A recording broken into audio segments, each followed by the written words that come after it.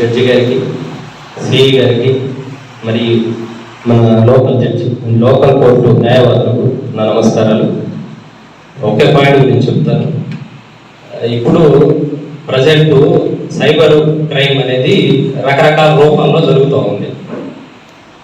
ఎన్ని రకాల అవేర్నెస్ ప్రోగ్రాంలు కండక్ట్ చేసినా, ఎంతోమంది ప్రముఖులు రకరకాల వీడియోల రూపంలో కానీ వేరే వేరే ప్లాట్ఫామ్ రూపంలో ప్రచారం చేసినా సరే ఆ కోపంలో ఇరుక్కుంటున్నారు. ముఖ్యంగా చదువుకున్న వాళ్ళే ఎందుకు ఇరుక్కుంటున్నారంటే, చదువుకున్న వాళ్ళు దగ్గర స్మార్ట్ ఫోన్ ఉంటుంది, రకరకాల సైట్లు విజిట్ చేస్తున్నారు. విజిట్ చేసే క్రమంలో ఆటోమేటిక్గా ఇప్పుడు మన దగ్గర ఒక ఫోన్ ఉంది, మనం యూట్యూబ్ చూస్తూ ఉన్నాం. ఒక్క తెలుగు సాంగ్స్ నువ్వు కొట్టే ముందే ఇప్పుడు ఫోన్ ఏం చేస్తుందంటే, నీ మనసులో ఏముందో దాన్ని బట్టి వీడియోలు వస్తాయి. ఒకసారి అబ్జర్వ్ చేయండి. ఏది మన మనసులో ఏమనుకుంటున్నామో ఆ వీడియోలు వస్తాయి. యూట్యూబ్ ట్రై చేయండి, నేను చెప్తాను. ఆ విధంగా ఇప్పుడు ఎట్లా ఉంటున్నాయంటే, రీసెంట్గా ఒకటి ఇన్సిడెంట్ ఒకటి ఆ సాఫ్ట్వేర్ ఎంప్లాయీగా చేస్తూ ఉంటుంది, డెలివరీ ఇంట్లో ఉంది. ఎవరో అంగన్వాడీ టీచర్ నుంచి ఫోన్ చేస్తున్నాను, గవర్నమెంట్ నుంచి ఒక 2500 డబ్బులు వస్తాయని చెప్పింది. నేను ఒక లింక్ పంపిస్తాను, దాన్ని ఫిల్అప్ చేయండి, తర్వాత మీకు గవర్నమెంట్ నుంచి డబ్బులు వస్తాయని చెప్పింది. సాఫ్ట్వేర్ ఎంప్లాయీ అమ్మాయి కూడా. ఆమె ఆ లింక్ ఓపెన్ చేసింది. ఆ ఓపెన్ చేసి ఫోన్పేకి ఏదైతే వాడిద్దో ఆ పిన్ నెంబర్ కొట్టేసిన తర్వాత ఒక అకౌంట్ నుంచి 1 లక్ష పంపించింది, ఇంకో అకౌంట్ నుంచి 1 లక్ష పంపించింది. ఆ 2 లక్షలు వెళ్ళిపోయినాయి. ఆ 2 లక్షలతోనే ఆగలేదు ఆమె, ఎందుకంటే ఆమె దగ్గర 2 అకౌంట్లు ఉన్నాయి. ఆ రోజు లిమిట్ లక్ష కాబట్టి 1 లక్ష పంపించేసింది. సాఫ్ట్వేర్ ఎంప్లాయీ, ఆమె తెలుసు 2000 కోసం 2 లక్షలు పోగొట్టుకుంది. ఇప్పుడు ఇంత అవేర్నెస్ చేస్తున్నా సరే ఈ విధంగా డబ్బులు పోగొట్టుకుంటున్నారు. మీకు చెప్పే ఉద్దేశం ఏంటంటే, మీకు తెలిసిన వాళ్ళ దగ్గరకు చెప్పండి, ఏది ఫ్రీగా రాదు, ఎవరు ఉచితంగా కానీ ఏ రకంగా ఉద్యోగాలు మనకు రావు, ఫ్రీగా డబ్బులు రావు, ఫ్రీగా ఏదీ రాదు. ఏదైనా సరే మనం ఫిజికల్గా వెళ్ళాలి, అప్లై చేసుకోవాలి, ఆ విధంగానే వస్తుంది. ఇప్పుడు బ్యాంక్ వాడు కూడా మొత్తుకుంటా ఉంటాడు, నేను ఎవరికి కాల్ చేసి అప్డేట్ చేసుకోమనో, పిన్ నెంబర్ చెప్పమనో, లేకపోతే మీకు అకౌంట్ ఎక్స్పైర్ అయింది మళ్ళీ ఇది రెన్యువల్ చేసుకోమనో, అది మేము ఎవరు చెప్పమని చెబుతూనే ఉంటారు. కానీ మన ఆధార్ వాడు ఆన్లైన్లో ఫోన్ చేసి అడగంగానే అకౌంట్కి వచ్చింది అడిగేది అని చెప్పి మన ఆధార్ నెంబర్ చెప్పేస్తాం, ఓటీపీ రంగంలో ఓటీపీ నెంబర్ చెప్పేస్తాం, పాన్ నెంబర్ అడిగితే పాన్ నెంబర్ కూడా చెప్పేస్తాం. సో దీని గురించి కొంచెం విస్తృతంగా మీకు తెలిసిన వాళ్ళ దగ్గర ప్రచారం తీసుకొచ్చి, అది రకరకాలుగా వెళ్తుంది అనమాట. ప్రజెంట్ అది ఎవరో మన బంధువులు, మన తమ్ముడు, మన పిన్నోళ్ళు, లేకపోతే ఇంకొకళ్ళు భవిష్యత్తులో దీని బారిన పడకుండా కాపాడతారు. లాయర్ గారు చెప్పారు, జడ్జి గారు ఒక అవకాశం ఇస్తారు, కొట్టుకునే దానికి ఒక సెక్షన్ అని అంటున్నారు. అసలు గొడవ ఎందుకు ముందు గొడవ పడాల్సిన అవసరం ఏముంది? ఈ రోజుల్లో వేరే వాళ్ళతో గొడవలు రావట్లా, మన బంధువులకే గొడవ వస్తుంది. ఇది మీకే ఎందుకు చెబుతున్నానంటే, మీ వాళ్ళని ఎడ్యుకేట్ చేయండి. ఇప్పుడు పక్కన వాళ్ళు ఉంటారు, జనరల్గా గొడవలు దేనికి వస్తూ ఉంటాయి. మా ఇంటి ముందు నుంచి కుక్క వచ్చింది, మీ కుక్క ముందు వచ్చి అదే రెట్టేసిపోయింది, నువ్వు క్లీన్ చేయాలా, దాని మీద ఆడంగులు ఉంటారు కదా, మాట పెరిగి ఇద్దరు మగవాళ్ళ మీద వెళ్ళి వాళ్ళ బంధువులు వీళ్ళ బంధువుల సైడ్కి వెళ్ళి అది పెద్ద గొడవలాగా క్రియేట్ అవుతుంది. అదే నువ్వు చదువుకున్నోడు నువ్వు ఉంటావు, నువ్వు చెప్పాలా, మనం గొడవపడి పోలీస్ స్టేషన్కి వెళ్తే కేసు కడతారు, దాని తర్వాత మనం పోలీస్ స్టేషన్కి వెళ్ళాలా, మనం కేసు కావాలంటే కేసు కడతారు వాళ్ళు. నువ్వు 1 సంవత్సరం పాటు తిరగాల, వాళ్ళు 1 సంవత్సరం పాటు తిరగాలి. ఇద్దరు కొట్టుకుంటే ఇద్దరి మీద కేసులు కడతారు, లేకపోతే ఎవరు అటాక్ చేసి ఉంటే ఎవరు తప్పుంటే వాళ్ళ మీద కేసు కడతారు. అట్టా తిరిగి మనం లాయర్ గారిని పెట్టుకోవాలా, ఆయన ఫీజు ఇవ్వాలా, వాళ్ళకి ఫీజు ఇవ్వాలా, మన సమయం వృధా వేస్ట్. మన ఇదంతా ఎందుకు? ముందే మీ తల్లిదండ్రుల్ని, బంధువుల్ని ఎడ్యుకేట్ చేయండి. గొడవల వల్ల మనకు వచ్చేది ఏమి ఉండదు, మన సమయం వృధా అవుతుంది. మరియు దాంట్లో అనుకోకుండా ముందు అవతల పక్కోడు ఉంటాడు, కావాలి వాడికి పెట్టేస్తే ఇరుక్కుంటారు.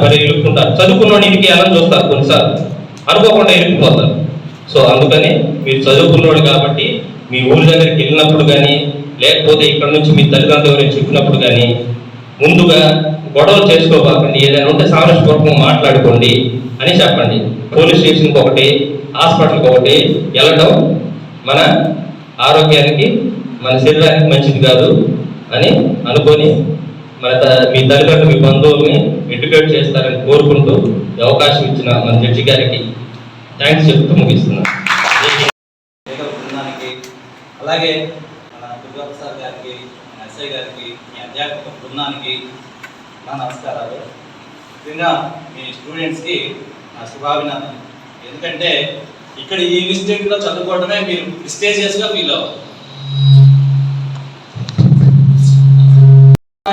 మన ఇండియాలో ఉన్నటువంటి లిమిటెడ్ కాలేజ్లో ఇక్కడ కూడా ఇక్కడ ఇన్స్టిట్యూట్ ఉండటం అనేది మనకి గొప్ప అవకాశం.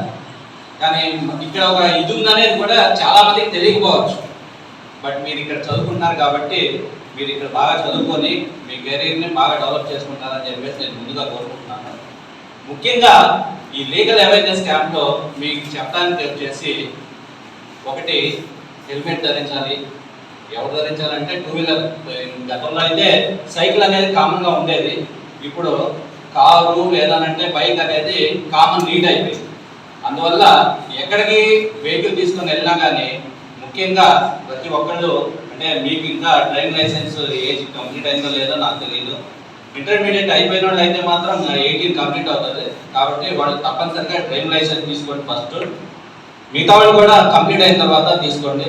రెండోది, వెహికల్ తీసాము అని అంటే దానికి కంపల్సరీగా హెల్మెట్ అనేది దానికి ఉండాలా, మీరు ధరించాలా. హైవే మీదో లేకపోతే టౌన్లో అంటే అంత స్పీడ్ ఉండదు కాబట్టి మీకు అవసరం లేదు.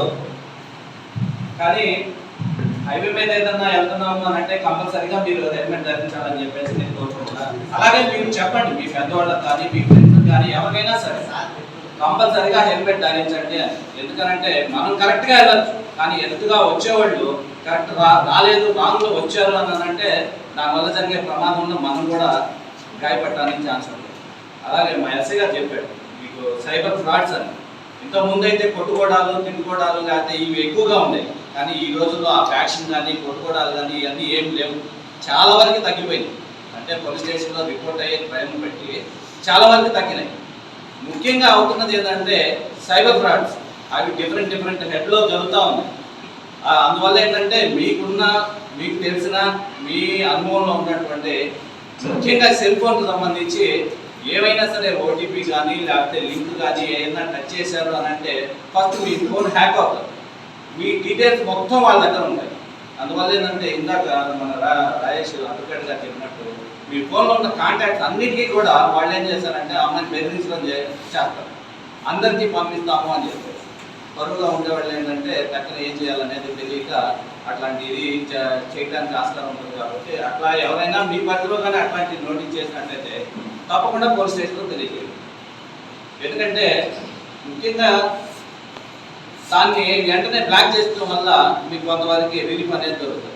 లేదనంటే మానసికంగా వేధించడం కానీ లేకపోతే ఇంకా రకరకాలుగా ఉంటాయి, అవి మీకు ఇంకా తెలియదు.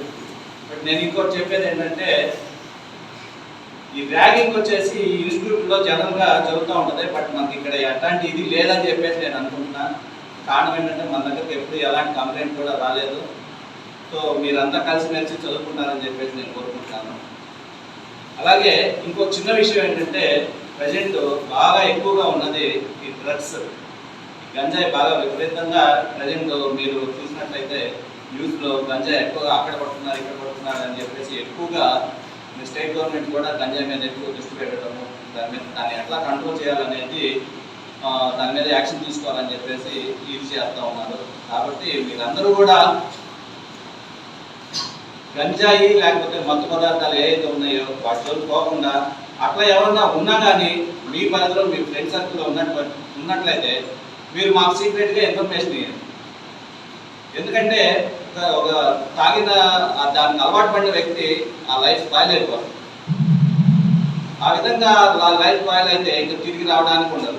ఈ స్టేజ్లో మీరు చదువుకుంటూ ఉన్నారు, మీరు చైల్డ్హుడ్ నుంచి యూత్లో కూడా రాలేదు, మీరు మధ్యలో అటు ఇటు కాకుండా మధ్యలో ఉన్నారు. కాబట్టి మీరు తప్పకుండా నేను చెప్పి 2 మాటలు గుర్తుపెట్టుకొని మీ భవిష్యత్తు మీద ఒక గోల్ అనేది ఏర్పాటు చేసుకొని దాని ప్రకారం మీరు ప్లాన్ చేసుకొని మీరు చదువుకొని మీ గోల్ రీచ్ అవుతారని చెప్పేసి నేను కోరుకుంటూ ఉన్నాను.